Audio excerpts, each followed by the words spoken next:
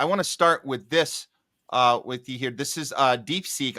I was tuned into this by when you sent this to me last week, Jay. And so Hmm. DeepSeek is crushing Silicon Valley and OpenAI and everything that the US has put out there as far as being the leader of AI. It seems like the opposite is happening. So let me go through this real quick. This is a tweet that kind of breaks it down, and then I want to get your thoughts on this. Hmm. So just gonna grab the screen share here. Okay, so we have this is from the Savior. China just humiliated the U.S. DeepSeek, China's new AI model, has already erased $2 trillion in U.S. tech market value. In months, China has gone from playing catch up to destroying U.S. dominance in AI. Here's how it all went down. Okay, so we have DeepSeek's rise has been nothing short of explosive. This AI model went from zero to hero, outperforming major Western players like ChatGPT in just a matter of months. And the best part, it's way cheaper than anything the US has produced. Oh, that's unfortunate We for spent any $6 million on it compared to the billions and billions we've spent on AI. Hmm. And here we got. This is. If you guys want to look at this, this is a number. If you can't see the numbers, they're dropping tremendously. This is the result. Is the U.S. tech stocks are taking a massive hit. This is the 2 trillion that was wiped out in just days. Investors are Hmm. scrambling, and the U.S. tech giants are left in the dust, struggling to keep up with China's lightning speed innovation. And then this isn't just a win. This part's important. It's not just a win for China.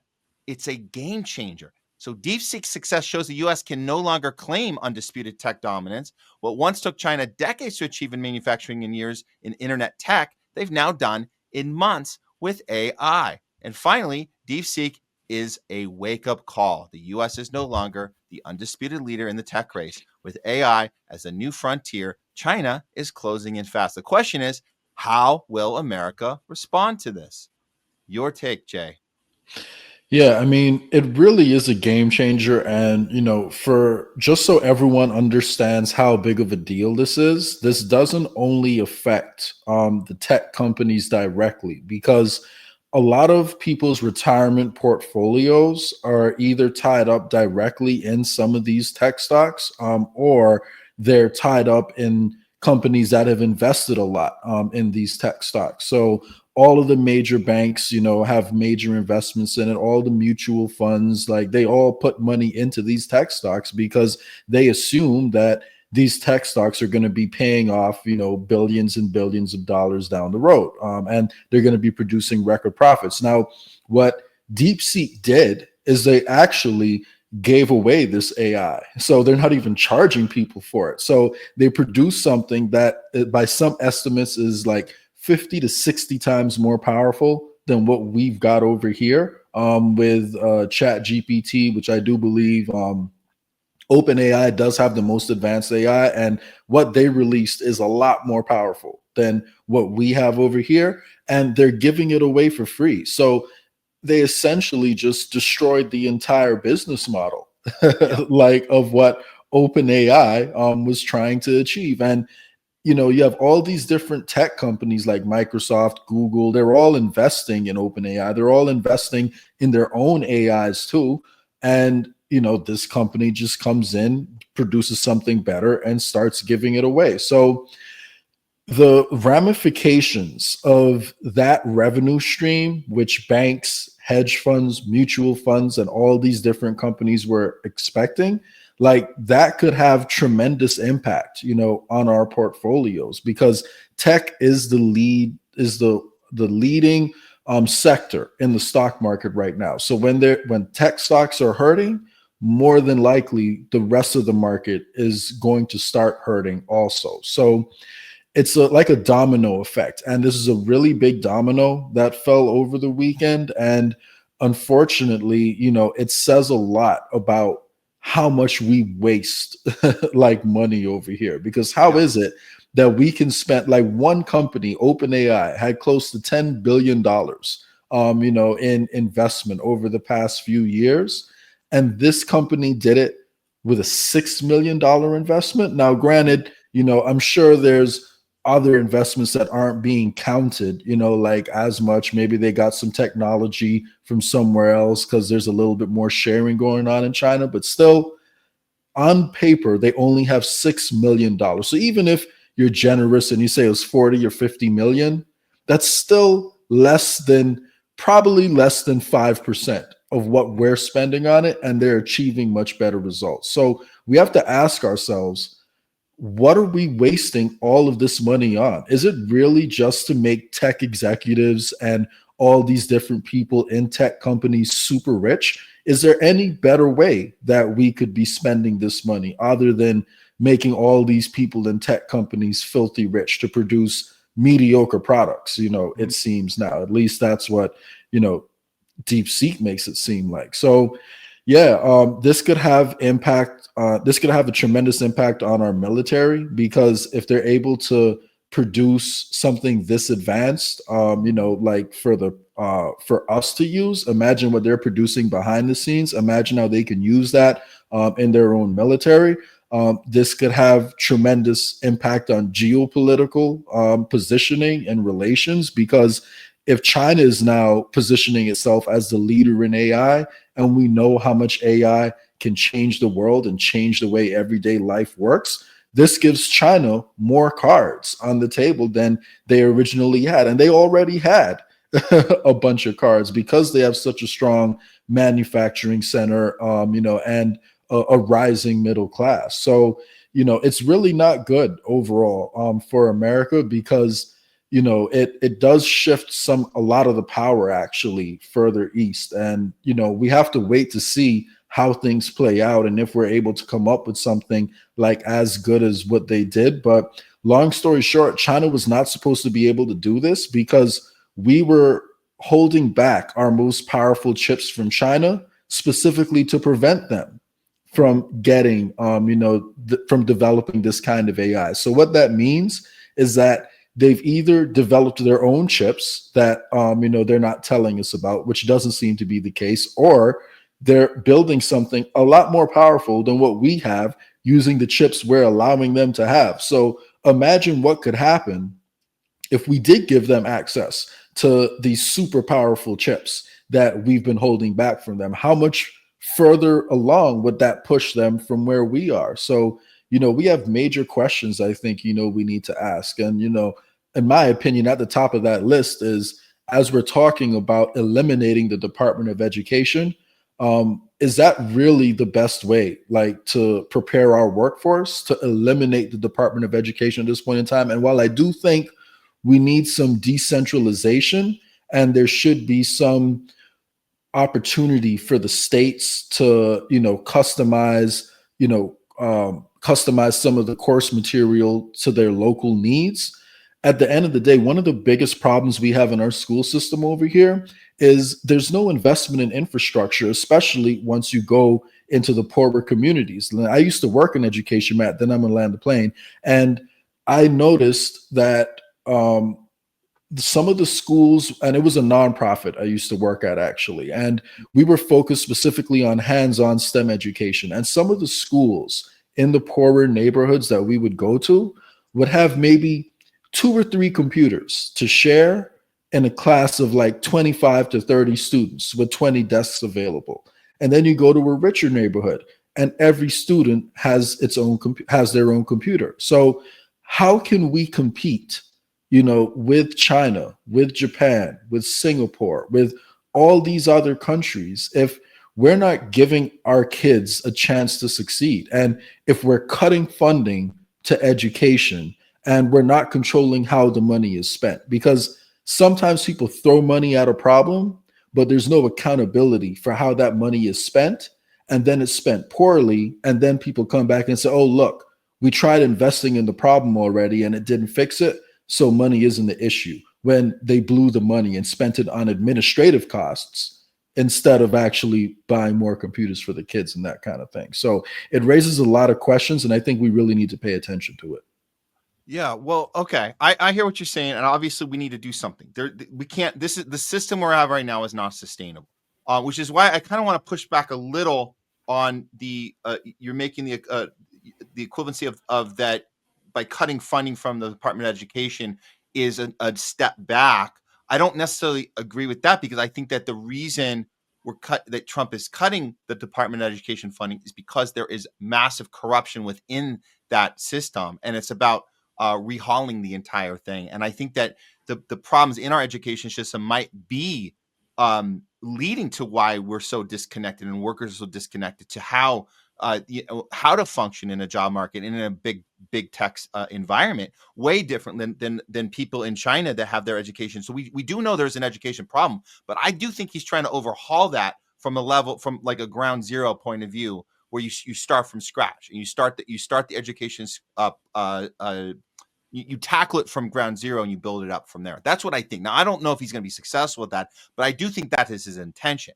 But look, make no mistake, we do have to do something different. There's no Yeah. way what we have right now is sustainable. So I think that's why we do have kind of this bulldozing approach coming in from Trump in a lot of different departments, where he's just kind of just plowing through and saying we got to overhaul everything. And we saw the taking, not to change the topic, but there's other departments he's getting rid of, right? And for good reason on those, at least, like, IRS, it seems like he's going through with that, or at least trying to, firing a bunch of those guys and saying, we don't need you anymore. We want to do, instead of IRS, it's going to be ERS, right? External Revenue Service. So we're hearing that. Yeah. So there's an approach to, I think, the entire system that needs to be rebuilt. So I think that in that regard. Now, look, as far as how do the people of our country respond to this? How do the people respond when they see DeepSeek? That I'm interested in that part. On the stock prices are literally just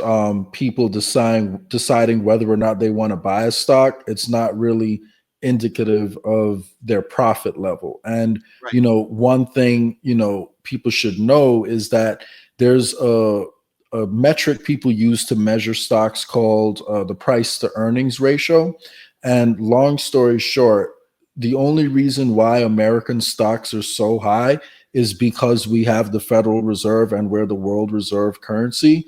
And rich people are essentially parking all of their money like in the stock market to make themselves money. But in my opinion, right now, the state of our stock market is kind of like a pyramid scheme to an extent, because the earnings you get from the actual stocks don't justify the price of the stock. So the way you get your money out is exactly like you would in a pyramid scheme, by someone else coming in to bail you out, aka buying your stocks. And there's no real connection between a stock price and the amount of dividends that you get per share, like there was a few decades back. So that's why, in my opinion, you can't necessarily look at the price like of a stock and decide if that means it's a good company or not, because there's a lot of other factors that go in over there. But yeah, we definitely should do a segment on the Department of Education a little bit, because I do agree that there's corruption in there and there's idiotic things in there that need to be changed, and it does veer off course a lot. But I don't necessarily know if giving all the power back to the states is going to solve that problem, especially because it's usually cheaper actually to corrupt state officials than it is to corrupt federal officials. So if corruption is what we're worried about, it doesn't necessarily get eliminated by giving the power back to the states. Yeah, we should look more into that. And it is a complex issue, but we do know that there's been red flags waved about DEI, implementing those type of policies. It's not, we know China doesn't have that. So why don't we look at that? Why don't we see how is China's education system going? So how did they get to the place where DeepSeek is so successful? I think you're right, Jay. I think it does start with education. But why don't we look over what they're doing? We know they're not doing DEI legislation over there. They're just putting their kids to work, and they're setting an example. It's easier said than done, but maybe there's a cultural element to it where it's like there's a taking that education process seriously, and best man for the job. So you better work harder than the next guy, and all that. Yeah, well, But there's studies on it actually. They've looked, even in America, at the amount of time kids spent, kids spend studying, on their homework and outside of school. And Asian Americans are far higher than every other, race of people. So there is something, like East Asian. So there is something definitely to the cultural aspect of it. That's part of it, but that's definitely not the whole thing. So, yeah. and the DEI conversation, I think, gets so like mixed up because the original reason that DEI was created was to solve the inequalities, right, that were in the country, between solve the inequality, or to at least try to address the inequality that existed between Black Americans and white Americans. But the issue is, like, in DEI right now, like, a bunch of other things have been looped under like the same roof, you could say.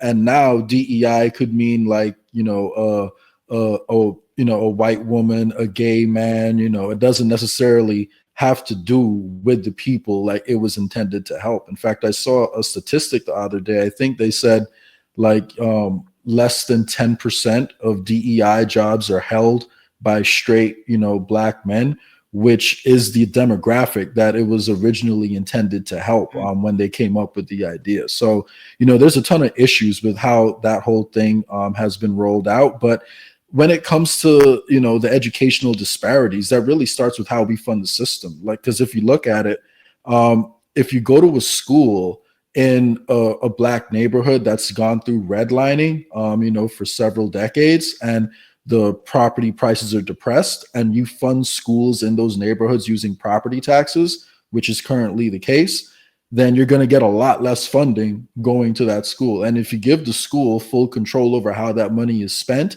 and, we also have a situation where administrators give themselves a raise, instead of actually investing in the facilities at the school, then even though you're spending some more money on the school, it's not actually going where it needs to. And, one last thing, I don't know if people realize it, but teachers actually get paid more when the schools perform worse. And as crazy as that sounds, it's actually true, Matt. Like, because the thinking behind it is that if it's a C school, it's tougher students they'll have to deal with. So they need to pay teachers more, in order to get them to work at that school. But What is that that? That reminds me of something. What is that? It's so familiar. Something about getting paid for ventilators and COVID positive tests. Yeah, There's it's something all about just the fun. Like, medical. the This, incentives are all yeah, wrong, man. So, yeah, like, yeah, DEI doesn't yeah. even address the mission it was intended to do. And you don't solve a problem by, like, just like like putting together solutions that don't address the Yeah. problem. And you don't solve the problem by looking at the end goal instead of starting at the beginning of it. You got to start at the beginning of it, in my opinion. And nothing that we have in the country is really addressing the root causes of these issues. Right. And so you want to get to the root cause. It's the Hmm. system itself that is broken. The Hmm. system itself is not functional. The system itself isn't sustainable because the Hmm. system, the profit over people system creates profit for there's no profit for wellness. There's profit for sickness. There's no profit Exactly. for peace. There's profit for Exactly. war. And in this case, there's no Exactly. profit for educational success. There's profit Exactly. for educational failure. So it's the opposite of the thing that you're Hmm. trying for is what you And end up getting exactly. rewarded for. Yeah. And I had an ex-girlfriend who used to be a teacher, and she worked at, one of these tough schools. And, one day, or not one day, the term that, I was with her for like less than a year, but at the end of that term, some of the teachers were worried because the kids did good on their exams, and they knew that that would mean that their paycheck would go down if it moved from a C school to a B school. So is that even fair to teachers in the first place? Like, why are we putting teachers in this position where they're not being paid a lot of money and they get paid more when students perform worse? Like, what are we doing here? It doesn't make any sense. But so that's why I say, like, the problem isn't necessarily like DEI itself has problems, but eliminating that isn't going to solve like the issues we have. It's a lot worse than that. So Yeah. yeah, in my opinion. Yeah. So I mean, this is an ongoing story, but I'll just, Mhm. one positive thing I'll say is they're not going to be able to fool us that China's the bad guy as much anymore. That's the part I wanted to throw in to end this segment here. That no matter what we do next, no matter how America responds to the AI problem, because it's a problem that we're going to have to admit that China's going to take the reins and be the leader of the world in AI. But they're not going to be able to play that game where the big bad evil China is coming to kill us or take us over or ruin us, because we Yeah. have communication now with the I younger think we can turn generations. it around. Yeah. I Well, no, I I'm think just we saying can that turn it around.